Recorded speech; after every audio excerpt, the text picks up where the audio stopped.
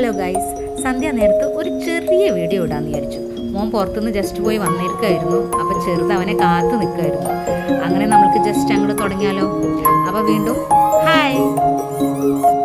സന്ധ്യ നേരമാകുമ്പോൾ രണ്ടെണ്ണത്തിനെ ഒന്ന് പുറത്ത് ചുറ്റിക്കറങ്ങാൻ വേണ്ടി ഞാനൊന്ന് വിടാറുണ്ട്.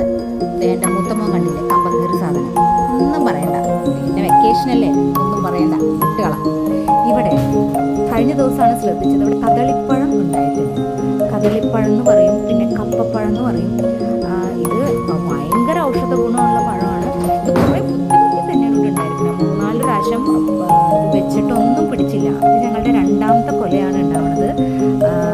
ഒരു റോബസ്റ്റിൻ്റെ, എനിക്ക് തോന്നിയിരിക്കണം ഒരു റോബസ്റ്റ് പഴത്തിൻ്റെ ടേസ്റ്റ് പോലെയൊക്കെയാണ്. പക്ഷേ ഇവിടെ അച്ഛനും അമ്മയ്ക്കൊക്കെ ഭയങ്കര ഇഷ്ടമാണ്. ഇത് ഭയങ്കര വലിയ കൊലയൊന്നും ഉണ്ടാവില്ല, ഇതുപോലൊരു ചെറിയ കൊലയാണ് ഉണ്ടാവാറ്. എന്നാലും നല്ല വലിയതായിട്ട് വരും ഇത്. എന്നാലും ഒരു സന്തോഷം, നമ്മുടെ വീട്ടിൽ ഇങ്ങനത്തെ കൊലകൾ ഉണ്ടാവുന്നുണ്ടല്ലോ. കഴിഞ്ഞ പ്രാവശ്യത്തെ വീഡിയോയിൽ ഈ വഴുതനങ്ങ ആയി വരുന്നുണ്ടായുള്ളൂ. അന്ന് പച്ച കളറായിരുന്നു ഇത് വിരിഞ്ഞപ്പോൾ. പക്ഷെ പിന്നെയാണ് വലുതായി വന്നപ്പോഴാണ് ഇത് വയലറ്റ് വഴുതനങ്ങയാണെന്ന് മനസ്സിലായത്. ഇത് എല്ലാ കൂമ്പിലും ഇപ്പോൾ നല്ല രീതിയിൽ തന്നെ വഴുതനങ്ങ ആയി വരുന്നുണ്ട്. ചെറുതവിടെ ഇങ്ങനെ കളിച്ചും ചിരിച്ചും ഓടി നടന്നു. അവൻ അവൻ്റെതായ ലോകത്ത് ഇങ്ങനെ നടന്നിങ്ങനെ പോകുന്നുണ്ട്. അതിൻ്റെ ഇടയ്ക്കാണ് ഞങ്ങൾ വീഡിയോ ചെറുതായിട്ട് പിടിക്കുന്നത്. വീട്ടിൽ പാവയ്ക്ക് ഉണ്ടായി വരുന്നുണ്ട്. 2 എണ്ണമായിട്ടുള്ള ഒരെണ്ണം നല്ല രീതിയിൽ ഇപ്പോൾ പിടിച്ച് കിട്ടിയിട്ടുണ്ട്. അത് കഴിഞ്ഞ് പയറും അതിൻ്റെ കൂടെ തന്നെ അതും വയലറ്റ്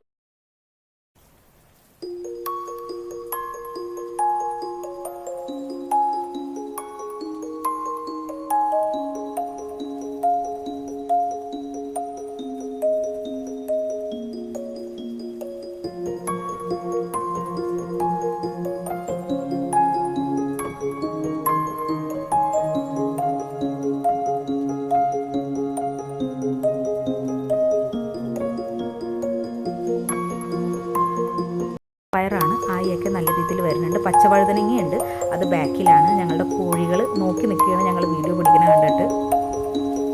ഇവിടെ ബാക്കിൽ മുകൾ ഭാഗത്ത് കുറച്ച് കോവയ്ക്ക പടർത്തിയിരുന്നു. അതിലൊക്കെ ഇപ്പോൾ കോവയ്ക്ക നല്ല രീതിയിലൊക്കെ ആയി വരുന്നുണ്ട്. നല്ല രസമാണ് വീട്ടിലുണ്ടാക്കുന്നത്. എനിക്ക് വീട്ടിലുണ്ടാവുന്ന കോവയ്ക്ക നല്ല ഇഷ്ടമാണ്. നല്ല വയലറ്റ് പയറും നാടൻ പയറും പടർത്തിയിട്ടുണ്ട്. ഇത് ഭയങ്കര വലുതാവണമൊന്നുമില്ല, ഇതേപോലെ രീതിയിലും ആവുള്ളൂ. പക്ഷെ നല്ല ടേസ്റ്റാണ് കറിയൊക്കെ വെച്ചാൽ. ഞങ്ങൾക്ക് ഇവിടെ ഒരു നേരത്തെ കറി ഉണ്ടാക്കാനുള്ളതൊക്കെ അതിൽ കിട്ടാറുണ്ട്. ഇത് മുകൾ ഭാഗത്തുനിന്ന് ഞാൻ കോവയ്ക്ക പടം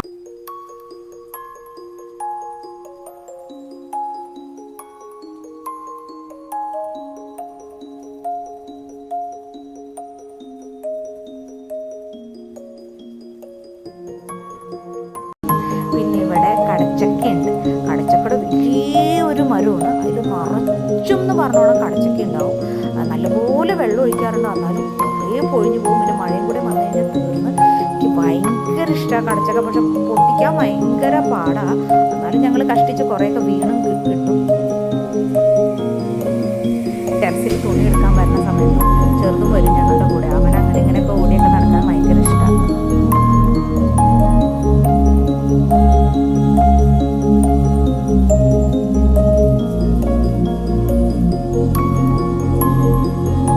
നമ്മുടെ വാലായിട്ട് ഇങ്ങനെ നടന്നോളും. ആൾക്കൊരു വിഷയവുമില്ല. വീണാലും കുഴപ്പമില്ല, ഒന്നുമില്ല. ഓടിച്ചാടി ചിരിച്ച് ഇങ്ങനെ നടന്നോളും.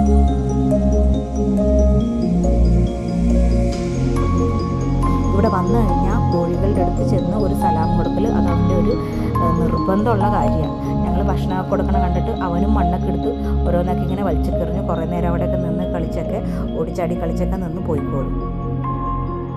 അവന് കോഴികളിലൊക്കെ ഇങ്ങനെ കാണുമ്പോൾ സത്യം പറഞ്ഞാൽ ഭയങ്കര അത്ഭുതം തന്നെയാണ്. ഞങ്ങളുടെ കുഞ്ഞൻ പേരയ്ക്ക നല്ല രീതിയിൽ തന്നെ വളർന്നു വരുന്നുണ്ട്. ഇത് പഴുത്ത് കഴിഞ്ഞാൽ ഞാൻ ഉറപ്പായിട്ടും വീഡിയോ ഇടാം കേട്ടോ. ബാക്കിലൊരാൾ വരുന്നുണ്ട്, മുള്ളുകളുടെ ഭാഗമാണ്, അതുകൊണ്ട് അധികം ഞാനിവിടെ പിടിക്കുന്നില്ല.